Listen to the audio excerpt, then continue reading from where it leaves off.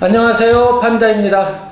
오늘 할 얘기는 여러분들이 아이템 소싱할 때 주의해야 될 사항, 그리고 상품을 판매할 때 어떤 것들을 체크해야 되는지 이런 내용에 대해서 설명을 드리겠습니다. 여러분들이 유통을 처음 시작하게 되면 어떤 상품을 팔아야 될지 막막하죠.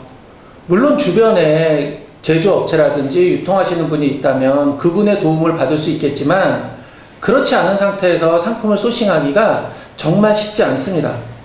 우리가 그래서 아이템을 고를 때 일반적으로 생각하는 게 있습니다. 첫 번째 우리가 생각하는 거는 뭐냐 하면 시즌성 상품이에요. 예를 들어서 여름이 됐으니 물놀이용품을 팔아야 되겠다. 나들이철이 됐으니 캠핑용품이나 이런 거를 팔아야 되겠다. 가을이 됐으니 뭐를 팔아야 되겠다. 겨울이 됐네? 그럼 핫팩을 팔아야 되겠네. 크리스마스를 앞뒀으니 크리스마스 트리라든지 용품을 팔아야 되겠네. 이런 식으로 생각을 하게 되죠. 시즌성 상품들 아니면 이벤트성 상품들을 여러분들이 소싱을 하려고 노력을 하게 되는데 이런 상품을 여러분들이 소싱하게 되면 물론 팔리기는 하나 경쟁력을 갖기는 힘든 부분들이 있습니다. 제가 이렇게 그 시즌별로 팔아야 될 상품들 1년 동안 스케줄들을 영상으로 만들어 놓은 게 있으니 요 위에다 이렇게 링크를 걸어 놓을 테니까요. 그거를 한번 보시고 고민을 해 보십시오. 이렇게 시즌성 상품이나 이벤트성 상품은 전문적으로 판매하는 판매사들이 있습니다. 이분들은 예를 들어서 하나 핫팩을 팔아야 되겠다라고 했을 때 이 핫팩을 팔기 위해서 공장과 계약을 해서 몇 천만 원, 몇 억, 아니면 몇십억 원어치의 상품을 잡아놓고 또 수천만 원의 광고비를 써가면서 판매를 합니다. 그분들보다 여러분들이 더 좋은 가격에 상품을 잡을 수도 없고요. 그분들보다 더 상위로 노출시키면서 광고를 할 수도 없습니다. 왜? 여러분들은 아직 자본도 없고 그렇게 상품을 소싱할 수 있는 루트도 없고요. 광고하는 방법도 모르기 때문이죠. 두 번째, 여러분들이 아이템 선정을 하면서 범하는 오류 뭐냐? 나만의 아이템을 찾는 겁니다. 나만의 아이템이라고 하는 게 뭐냐 하면 정리를 해보면 남들은 안 파는데 잘 팔릴 만한 아이템을 찾는 거예요. 남들이 안 파는데 어떻게 잘 팔릴 수 있을지 없을지를 알죠. 그리고 여러분들이 유통을 모르고 고객을 모르고 시장을 모르는데 어떻게 잘 팔 수 있는 아이템을 찾아낼 수 있죠? 힘들겠죠. 그러나 그럼에도 불구하고 그런 것들을 찾아가고 있습니다. 여러분 중에서도 이렇게 생각하고 계신 분들이 많을 거예요. 진짜 팔릴 만한 아이템 없어? 뭐가 없을까? 막 이렇게 찾아다니시고 이러는데 찾기 쉽지 않고요. 또 설상 여러분들이 그 아이템을 찾았다고 해도 그것은 잘 팔릴 만한 아이템이 아니고요. 내가 사고 싶은 아이템 또는 내가 팔고 싶은 아이템을 선정하게 되는 겁니다. 즉 시장이 요구하는 아이템, 고객이 찾는 아이템이 아니라는 거예요. 굉장히 주의하셔야 되고요. 실제 여러분들이 온라인 유통의 경험, 오프라인의 유통의 경험이 없으시다면 잘 팔릴 만한 나만의 아이템을 찾는 거는 불가능에 가깝다라고 생각을 하셔야 돼요. 물론 여러분들이 어떤 특정 업종에 근무했을 수가 있어요. 예를 들어서 인테리어 업에 있었어요. 인테리어 업에서 몇 년간 일을 하다 보니까 인테리어 소품이라든지 부품이라든지 이런 것들이 보일 거 아니에요. 시장 현황들이. 그럴 경우는 여러분들이 아이템을 소싱할 수 있겠죠. 그런데 이런 일들을 안 하시다가 예를 들어서 사무직에 근무하시거나 아니면 전업주부로 생활을 하시거나 이렇게 하다가 유통이라는 걸 전혀 모르는 상황에서 들어와서 여러분들만의 아이템을 찾겠다. 이거 사실상 힘들다. 이런 것들을 염두에 뒀으면 좋겠습니다. 그래서 제가 여러분들한테 아이템 선정할 때 권해드리는 건 롱테일 아이템을 좀 찾으시라는 거예요. 시장 규모는 작지만 또 판매량은 작지만 지속적으로 판매되고 또 우리가 살아가는데 필수적으로 쓰이는 상품군을 좀 선정해서 여러분들이 충분한 연습, 트레이닝을 하신 이후에 여러분들만의 아이템을 찾으시거나 아니면 시즌 상품에 접근을 해보시는 게 어떨지 한번 고민을 해보시기 바랍니다. 그러면 롱테일 상품이라고 할 수 있는 게 뭐냐? 좀 막연할 수 있는데요. 대표적인 게 뭐냐면 사무 문구류예요. 이거는 계속 써요. 볼펜이라든지 뭐 스테플러라든지 뭐 서류 파일이라든지 이런 거 있고요.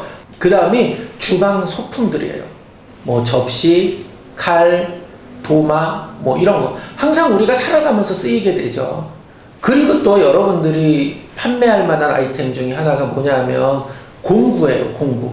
뭐 드라이버라든지 뭐 볼트라든지 너트라든지 뭐 요런 유들, 이런 유들도 지속적으로 판매되고 경쟁도 좀 약합니다. 이렇게 일상생활에서 소요되고 지속적으로 판매 가능한 것들은 여러분들이 조금 노력을 해서 어느 정도 광고를 한다든지 아니면 상위 노출을 시키게 되면 판매가 쭉 이루어집니다. 아이템을 소싱해야 되죠. 한마디로 상품을 어디선가 구해야지 여러분들이 판매를 할 수 있는데, 이렇게 상품을 구할 수 있는 채널은 여러 군데가 있습니다. 가장 일반적인 게 도매 상가를 이용하는 거죠. 뭐 화곡동 유통단지라든지 아니면 을지로 상가라든지 아니면 뭐 동대문 패션 상가라든지 이런 데서 상품을 소싱하는 방법이 있는데, 이것도 사실 조금 어려움이 있어요. 왜? 여러분들은 처음 시작하니까 잘 팔릴 만한 상품을 보는 눈이 아직 생기지 않았잖아요. 하지만 이런 도매상들은 시간 될 때마다 가서 모니터링을 하실 거를 좀 권해드립니다. 그리고 이 아이템이 괜찮을 것 같아? 이렇게 보셨으면 그 상품 사진을 찍고 그 다음에 판매하는 가격 물어보시고요.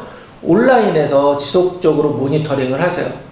실제 그 상품을 다른 판매사들이 팔고 있는지, 팔고 있다면 얼마나 팔리는지, 얼마나 팔리는지는 어떻게 하냐면 옥션 같은 경우는 판매 수량이 나오잖아요. 이런 걸 본다든지 아니면 그 상품의 구매 후기가 몇 개가 달리는지 이런 것들을 파악하면 이 상품이 어느 정도 팔리는 상품이겠구나, 이런 것들을 알 수 있습니다. 이렇게 지속적으로 모니터링을 하면서 내가 상품을 선정할 수 있는 선구안이라고 할까요? 이런 것들을 계속 키워나가는 거예요. 두 번째는 제조사를 직접 컨택하는 방법인데요. 이거 뭐 처음 시작할 때는 조금 쉽지 않은데 또 의외로 어렵지도 않습니다. 저 같은 경우는 뭐 시화공단이라든지 뭐 이런 데 그 제조하는 데를 초창기에 굉장히 많이 찾아다녔어요. 뭐 주물 공장도 가고요. 그 다음에 의자 만드는 데도 가고 페인트 만드는 데도 가고요. 이런 데서 거래를 하기도 하고 아니면 직접 거래가 안 되면 실제 그쪽에 총판이나 아니면 도매상들을 소개받아서 그 회사들이랑 거래를 하기도 했습니다. 그럼 이 제조사를 어떻게 알아내느냐? 저는 두 가지 방법을 썼는데, 첫 번째는 대형 마트에 갑니다. 대형 마트에 가서 마트에 있는 상품 뒤쪽에 보면 거기에 제조사 이름, 전화번호 이런 게 다 나와 있어요. 그럼 그거를 스마트폰으로 찍어가지고 동일한 제품, 유사한 제품 아니면 그 회사의 홈페이지 등에 들어가서 쭉 조사를 하면 이 회사랑 내가 거래를 할 수 있을지 없을지 좀 판단도 서고요. 어떤 상품을 갖고 있는지, 어떤 브랜드를 갖고 있는지들도 알 수 있습니다. 그러면 전화 연락해서 좀 만나자고 하든지 아니면 뭐 찾아가겠다고 하든지 해서 찾아가서 만나서 거래를 성사시키는 그런 경우들도 있고요. 아니면 안 되는 경우들도 많죠. 그리고 두 번째 제가 이 아이템 소싱 하기 위해서 했던 거는 박람회를 많이 다녔습니다. 굉장히 많죠. 뭐 골프용품 박람회, 뭐 생활용품 박람회, 인테리어, 그 다음에 뭐 육아용품, 뭐 이런 박람회들이 킨텍스라든지 뭐 코엑스 이런 데서 수시로 열리고 있어요. 이런 데 계속 참가를 하는 거예요. 그래서 거기 전시하신 분들하고 이야기도 하고 명함도 주고받고 브로셔도 입수하고요.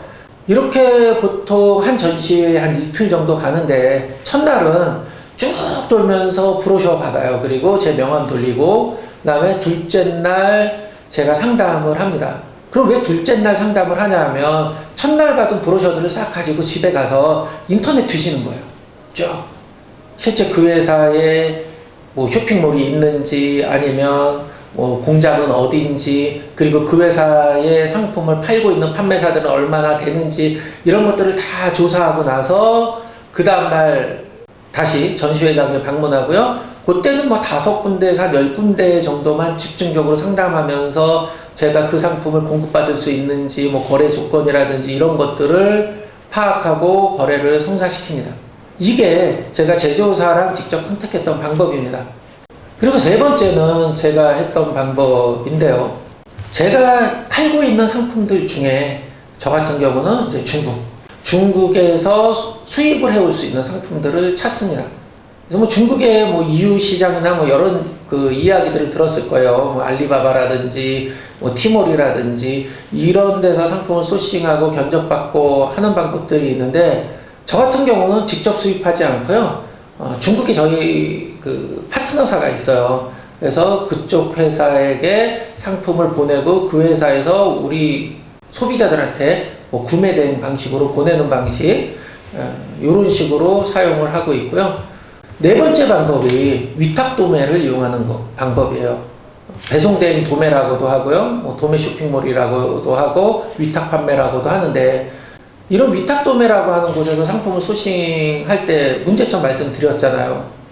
일단 상품 정보 알 수 없고요. 그 다음 가격도 상대적으로 비싸고요. 품절 단정 관리 어렵고요. 그 다음에 고객이 문의했을 때 CS, 이것도 어려움이 있다. 그럼에도 불구하고 여기에는 수십만 종에서 수백만 종의 상품이 있기 때문에 여러분들이 온라인 시장에 들어올 때 상품 소싱 능력이라든지 아니면 뭐 판매 기법이라든지 이런 것들을 잘 모를 때 활용할 수 있는 좋은 채널 중에 하나입니다.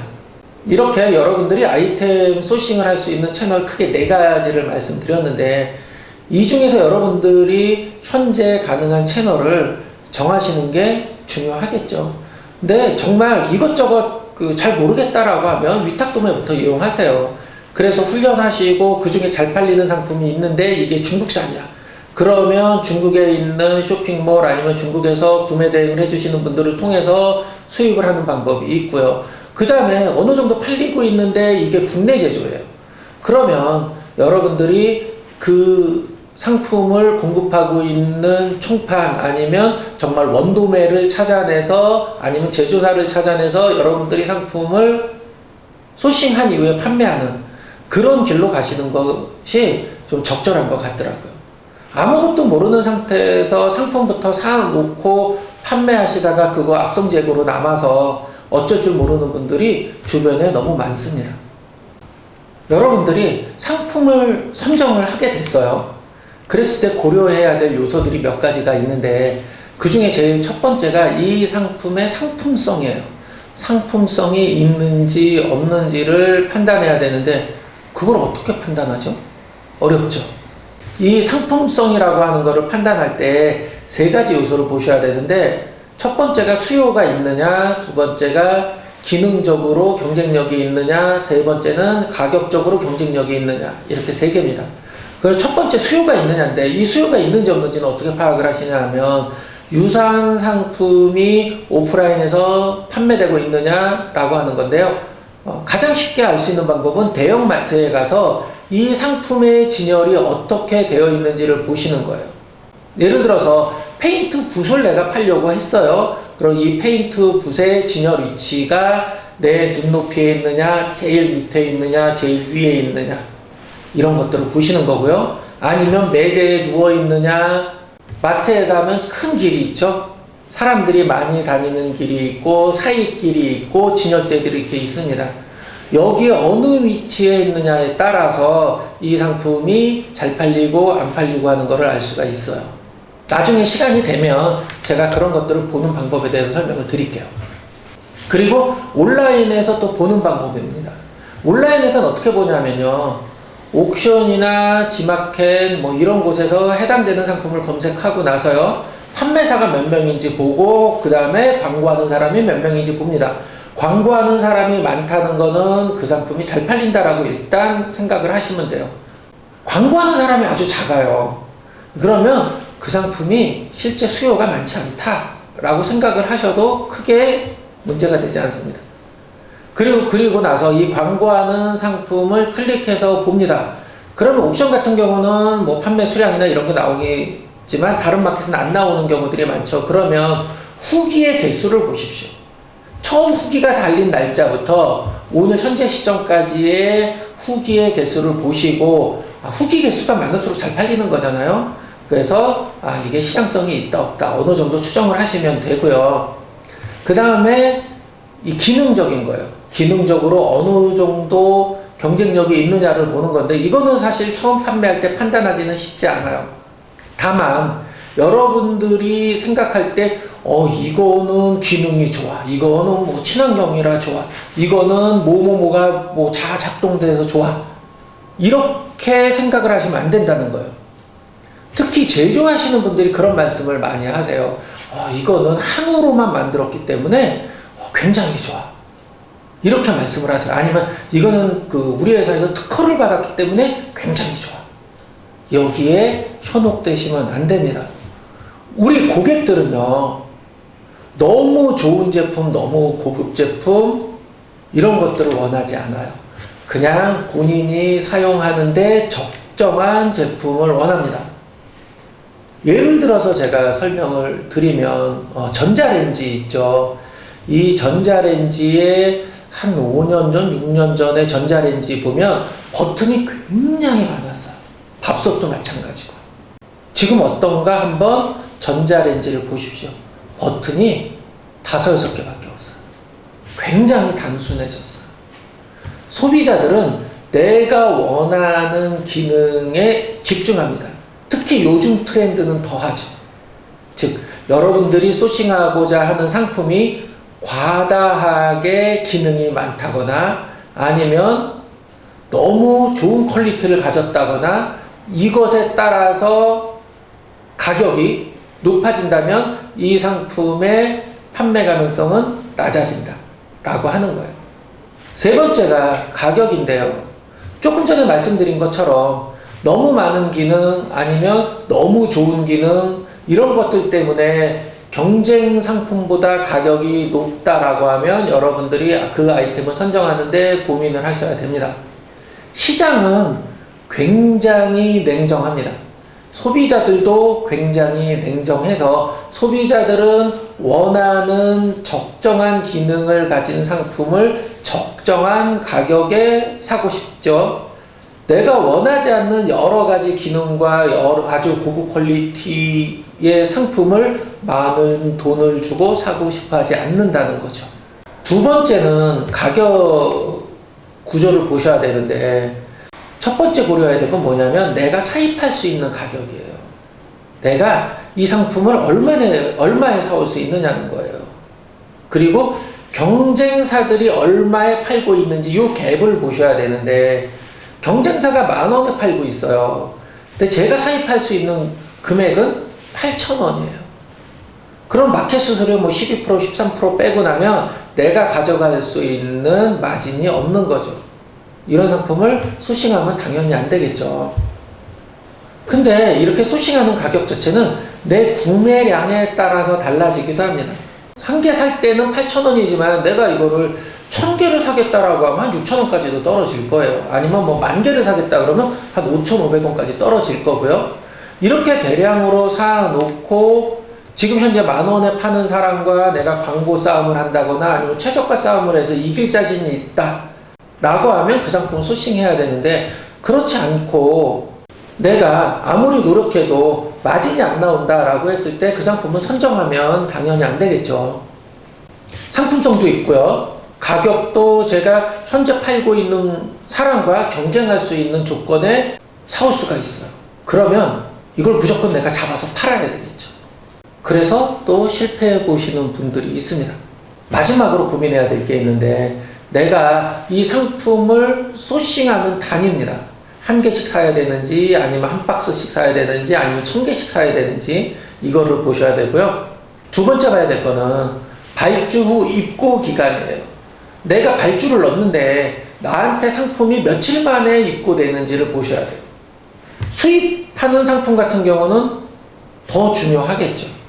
예를 들어서 하루에 10개씩 나가는데 내가 주문을 넣으면 열흘 있다가 이 상품이 나한테 들어온다 라고 하면 제가 발주를 언제 넣어야 돼요?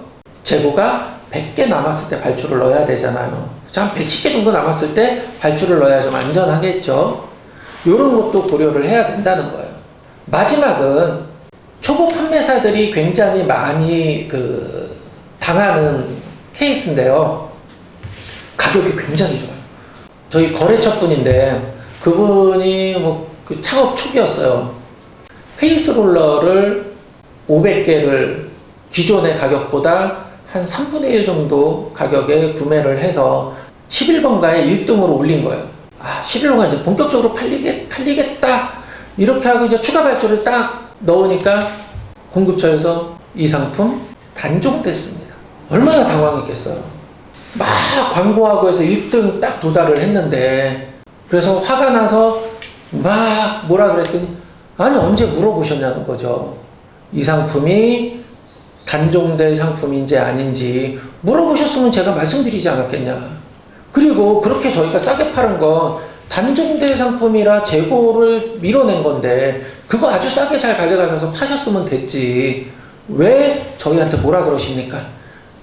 이렇게 얘기하면 할 말이 없는 거죠. 본인이 판단을 잘못한 거죠. 그래서 여러분들은 상품을 소싱할 때 마지막으로 확인해야 될 사항, 이 상품이 단종될 상품인지 혹시 품절될 상품인지를 확인하셔야 되는데, 이 가전제품 같은 경우는 모델 출시에 이렇게 적혀 있어요. 요게 몇 년 전 모델인지를 보셔야 돼요. 이 모델 출시일이 4년 전이다 5년 전이다 그러면 단종될 확률이 굉장히 높겠죠. 그리고 또 좀 잘 모르겠어요. 이런 가전이 아니라 최초 모델 출시일이 안 적혀 있다면 인터넷으로 검색해보면 이 상품이 언제부터 팔리기 시작했는지 바로 확인할 수 있겠죠. 그래서 이 상품이 예를 들어서 5년, 6년 전부터 팔리고 있었어요. 그럼 이게 지속적으로 생산될지 안 할지 잘 모르잖아요. 그러면 확인을 하셔야죠. 이게 계속 생산이 되는 상품입니까? 아닙니까? 이렇게 여러분들이 오판하는 가장 큰 이유는 뭐냐면, 시중의 가격보다 굉장히 저렴하게 나오는 상품을 제안을 받았을 거예요. 받았을 때예요. 거의 한 10분의 1 가격에 제안을 하기도 합니다. 유통 관련 카페라든지 아니면 내가 통신 판매업 신고를 하고 쇼핑몰을 만들고 나면 이런 제안 이메일들이 굉장히 많이 들어와요. 땡처리 한다라고 하죠. 대부분 그런 상품이라고 보시고 꼭 확인을 하셔야 됩니다.